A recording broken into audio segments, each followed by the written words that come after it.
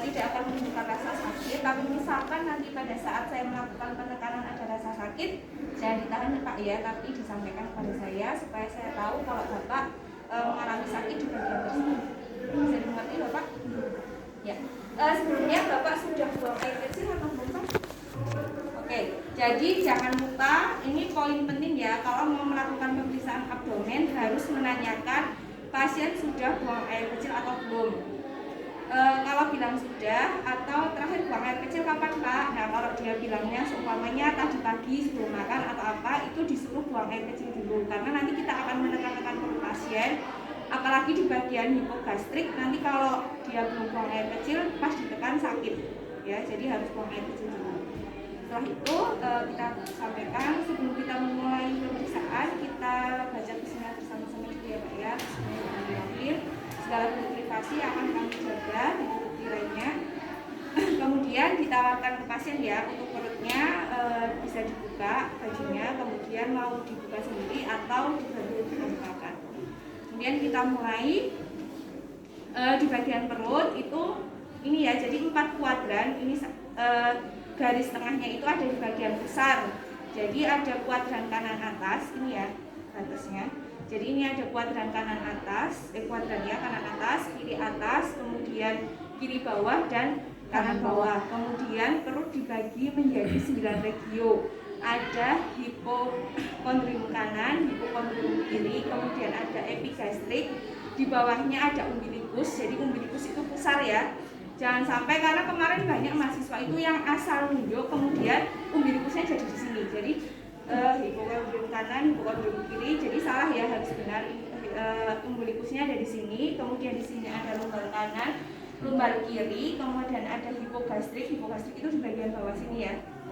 Di sini hipogastrik, kemudian iliaka kanan, iliaka kiri. Jadi iliaka kanan kiri itu ada di sini. Ya. Di bagian sini.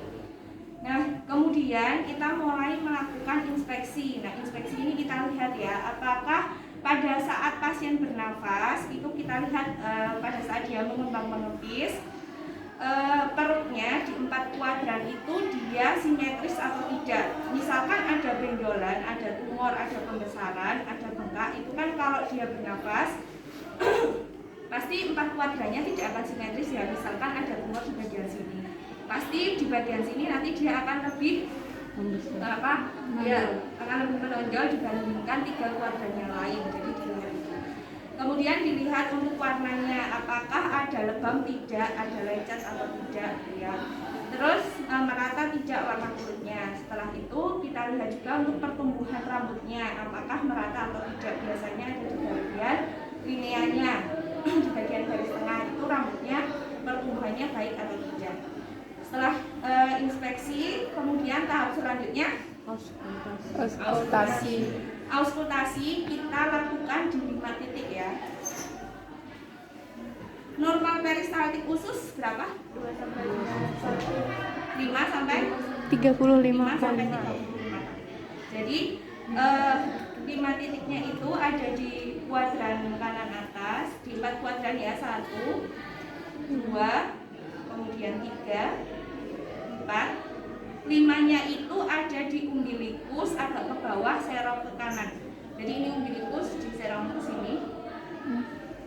Ini untuk mendengarkan peristaltik usus. Jadi peristaltik usus normalnya 5 sampai 35 kali per menit.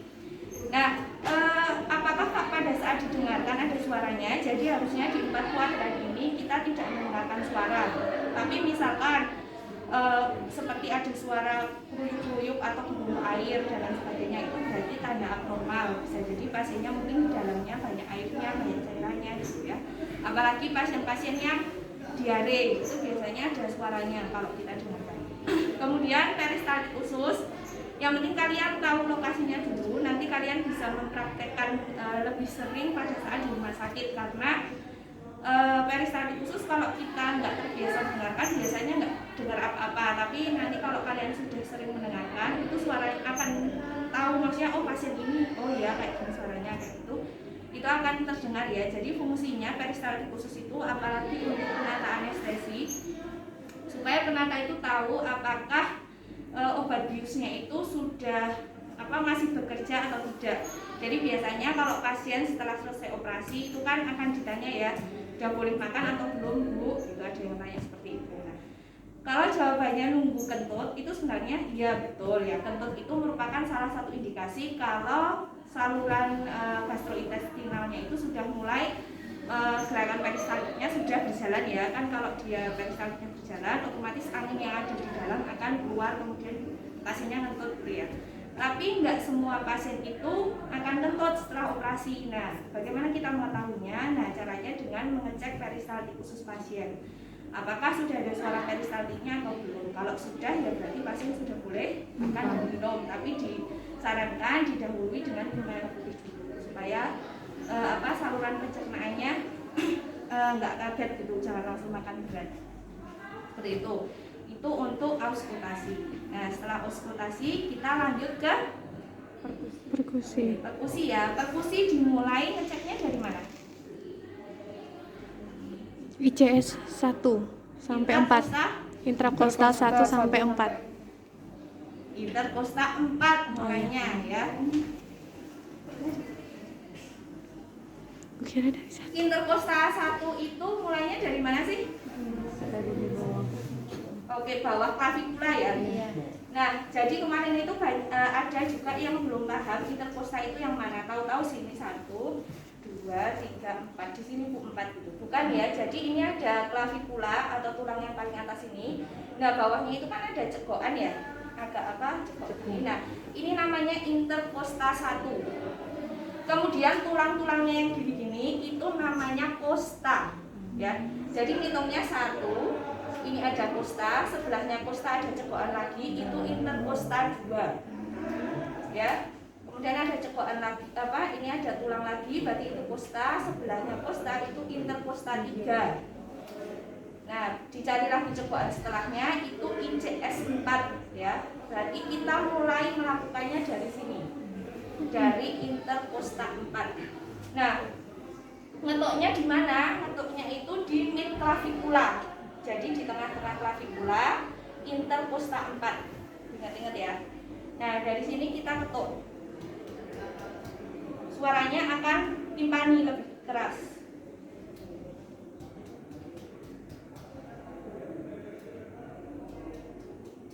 Nah, ini tidak ada suara menggemanya. Kalau tadi ada agak menggema, di sini udah nggak ada menggemanya. Berarti dia sudah mulai timbul suara dunes. Berarti diperkirakan di sini adalah batas atas hepar. Kemudian dilakukan lagi.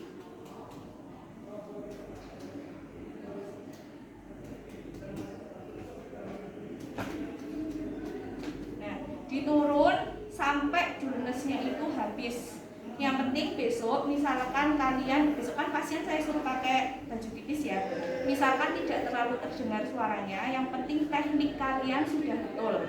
Tapi kalau kalian itu melakukan pasien beneran, itu sebenarnya terdengar. Apalagi pasiennya yang kurus itu akan lebih terdengar lagi suara timpaninya gitu ya.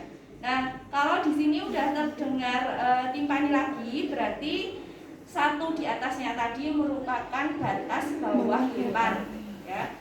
Itu kalau di rumah sakit biasanya kita kasih tanda di titik pakai spidol, kemudian nanti diukur berapa heparnya. Kalau dicurigai pasien tersebut ada hepatomegali atau dari mid aksila, jadi ketiak ya, mid aksila, tengah-tengah aksila. Dari sini kita perkusi ke sini. Jadi batasnya ini adalah di bawah tulang kosta terakhir. Ya, ini bawah kosta terakhir kita ketuk. Nanti kalau mulai sudah agak redup itu batas kiri limpa. Kemudian semakin ke sini kalau dia timpani lagi berarti itu adalah batas kanan limpa. Itu ya. Oke, selanjutnya kita lanjut ke asites. Nah, asites itu kita melakukan perkusi dari medial atau dari tengah ke lateral kanan dan lateral kiri. Jadi mulai dari sini kita ketuk.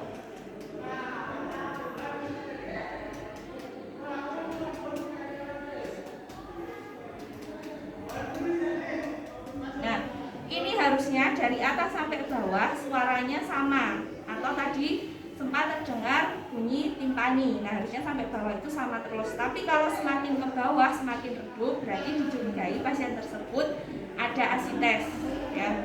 Kemudian yang sebelah kiri juga sama.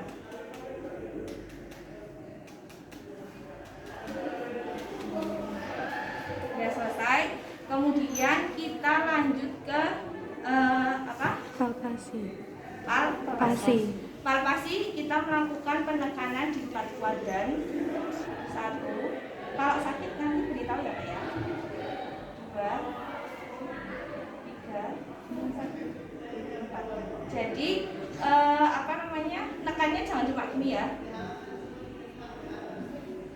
Jadi usahakan kita bisa meraba apakah ada pembesaran di bagian hiper, tidak. Di sini kira-kira ada pembesaran enggak?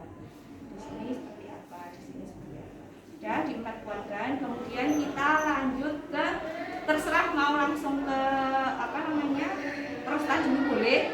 Ya tadi saya agak lupa. Jadi di sini juga kita mengecek palpasi di bagian ini ya, renal atau ginjal. Jadi bagian bawahnya ini kita taruh di tulang belakangnya gini, kemudian kita kasih tekanan ke atas.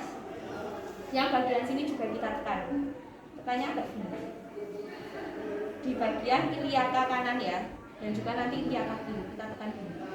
Misalkan nanti di bagian tangan kiri atau tangan kanan kalian menjumpai adanya pembesaran organ atau teraba adanya organ yang teraba, itu berarti keadaan abnormal, karena ginjal itu normalnya tidak akan teraba karena dia dilindungi oleh tulang belakang. Tapi kalau seumpamanya sampai kalian bisa meraba, berarti pasien tersebut ada pembesaran pada ginjal. Ya. Itu dilakukan di sebelah kanan juga di sebelah kiri karena ginjalnya ada 2. Kalau yang sebelah kiri ya kalian berarti harus muter, yang sebelah kiri juga sama. Kemudian setelah renal kita lanjut ke asites. Jadi asites itu dilakukan dengan 2 cara. Yang pertama tadi perkusi, yang kedua palpasi. Jadi kalau palpasi kita tekan gini ya. Yang sebelah sini kita menekan ke sana, yang tangan kanan memberikan tekanan gini, pantulan. Nah, kalau dia ada asites nanti kan kayak balon ya. Jadi tangan kita yang sebelah kiri akan seperti ada hentakan air. Nah, kalau nggak ada, berarti itu normal. Begitu juga dilakukan di yang sebelah kiri. Kalau kiri berarti kiri menekan, sini yang masih ada seperti cairan yang menabrak tangan kita atau tidak. Itu untuk asites. Selanjutnya kita ke prostat. Prostat yang kita tekan ada di bagian hipogastrik ya, di bawah pusat. Nah, hipogastrik ini kita tekan. Nah, ini apakah dia lunak atau pas kalian raba ada seperti mungkin benjolan yang teraba agak keras. Nah, itu berarti ada pembesaran prostat. Kalau pada perempuan cukup ditanyakan rasa sakit enggak Bu, tapi kalau pada laki-laki kita raba seperti ini untuk melihat apakah ada pembesaran prostat atau tidak. Kemudian selanjutnya rektum. Rektum kita posisinya tangannya dari atas ya, karena rektum ada di bagian bawah. Kita raba seperti ini, ngerabanya dari tengah ke samping kanan kiri karena bentuknya kolon gini ya. Nah, itu kita raba apakah ada pengerasan feses enggak. Jadi pengerasan feses itu teraba ya kalau dia yang udah nggak BAB sekitar biasanya seumpamanya pasien BAB setiap hari sebelum sakit, tapi setelah di rumah sakit pasien itu udah seminggu nggak BAB sama sekali.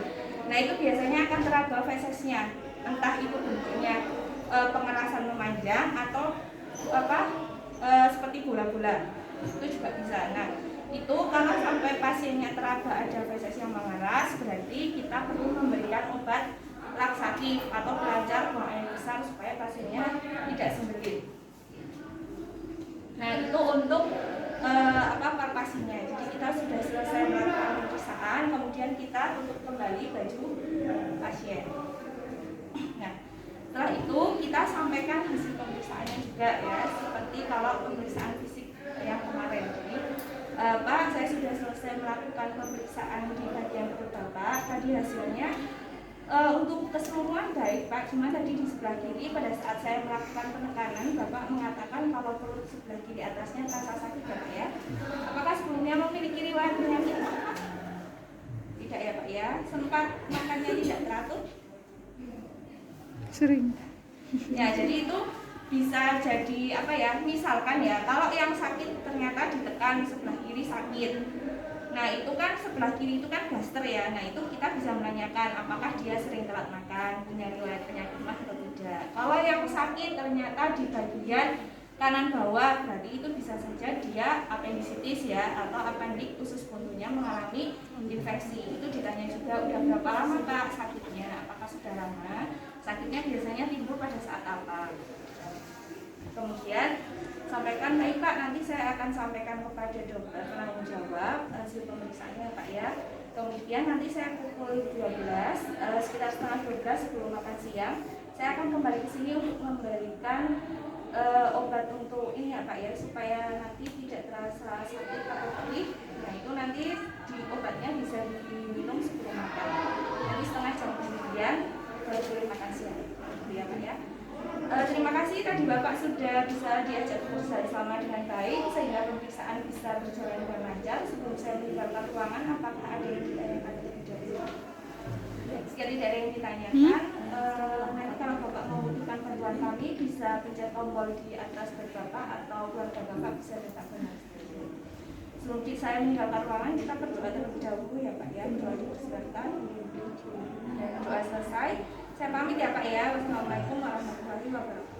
Waalaikumsalam warahmatullahi wabarakatuh. Ada yang ditanyakan?